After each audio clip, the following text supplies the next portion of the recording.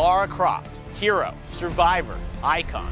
Now, after 17 years and more than 35 million copies sold worldwide, Tomb Raider has been reborn.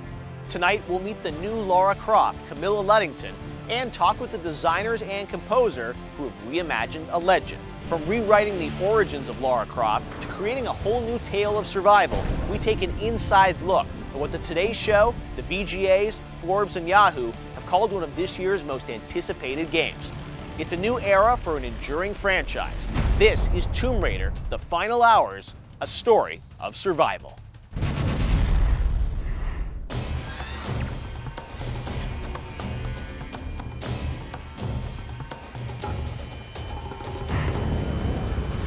Hey, Jeff Keighley here, and welcome to GTTV Presents Tomb Raider: The Final Hours, a story of survival. Coming up, we'll meet the creators and take an inside look at one of the most anticipated games of this year.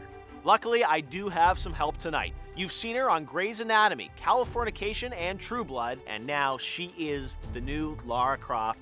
Camilla Luddington, thanks for inviting me to your forest here on Yamatai. My lair. Yes, you're welcome. So you got this role of Lara Croft, which obviously is incredible, but how did you get it? Well, it was 3 auditions, and I remember hearing that the project was called Cryptids. I did not know that it was Tomb Raider, and the character's name was Sarah. And I went thinking that the character breakdown kind of sounded like Lara Croft, so I actually wore shorts. You were on to them. Yeah, I wore shorts and boots in. And in the last audition, I remember they watched us and filmed us running and jumping and crawling and stumbling just to see our motions. So when you finally found out this was Lara Croft and you got this role, I mean, you must have gone crazy. To have gotten the role of such an iconic British video game character was completely overwhelming. Well, tonight is the night, and Tomb Raider is certainly a storied franchise with a rich history. Here's a trip down memory lane with Tomb Raider. If I had to describe Tomb Raider in one word, it would be epic. 17 years ago, Tomb Raider exploded onto the scene and changed the gaming industry overnight. The game itself was like taking the 2D games that we were used to and playing in these 3D spaces. I believed. When I was in Tomb Raider, I was down in caves, I was doing what I was doing, and it was absolutely beautiful. But it wasn't just the graphics, it was the gameplay that changed the gaming landscape. It was this nice balance between combat and exploration. Gamers also connected with the game's hero. The female adventurer bucked industry conventions to become a gaming icon. She's strong, she's tough, she's athletic, she's a beautiful woman. She stands the test of time. She is the most iconic female character in video games. You just see Lara Croft as part of popular culture, and she has taken a life on beyond video games. She's iconic. What made Tomb Raider so wildly successful and addictive was dynamic traversal, desperate combat, and a smart, resourceful heroine, Lara Croft. These were the 3 pillars the developers at Crystal set out to embrace. But one thing was clear: it was time to shake things up. This would be a Tomb Raider for a new generation. When all seemed lost, I knew what I must become. I'm here at Crystal Dynamics with Carl Stewart, the global brand director on this rebirth of Tomb Raider. Tell me about the conception of this as an origin story. You know, for us, taking a step back and looking at who this character is, it was all about bringing her to life for today's audience. And it always harked back to, what if this was her first adventure? What if this was the opportunity to reimagine Lara Croft?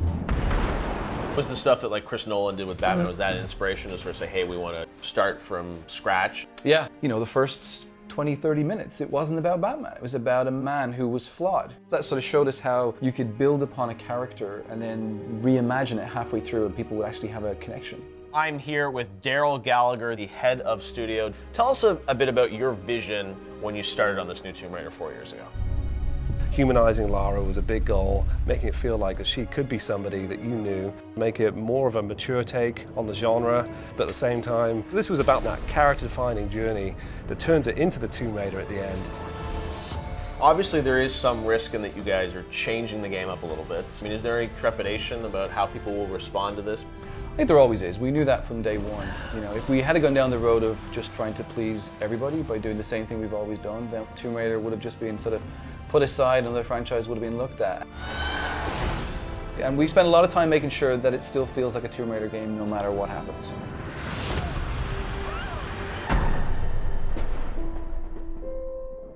I'm here with Brian Horton, the art director on Tomb Raider. There's obviously a long history of Lara Croft's, and you wanted to do something different, though.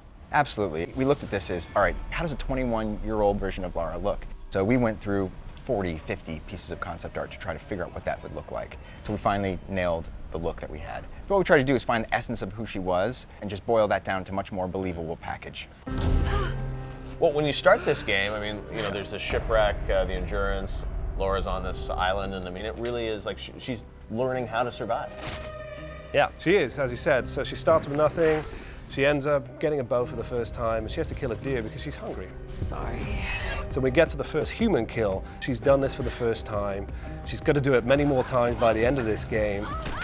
And she's not going to be the same person she was when she first started out. Sam, listen, I'm gonna get you out of there. So the idea of the Endurance crew members and being able to interact with them all throughout the adventure was important to us. So all that stuff feeds into our whole character progression.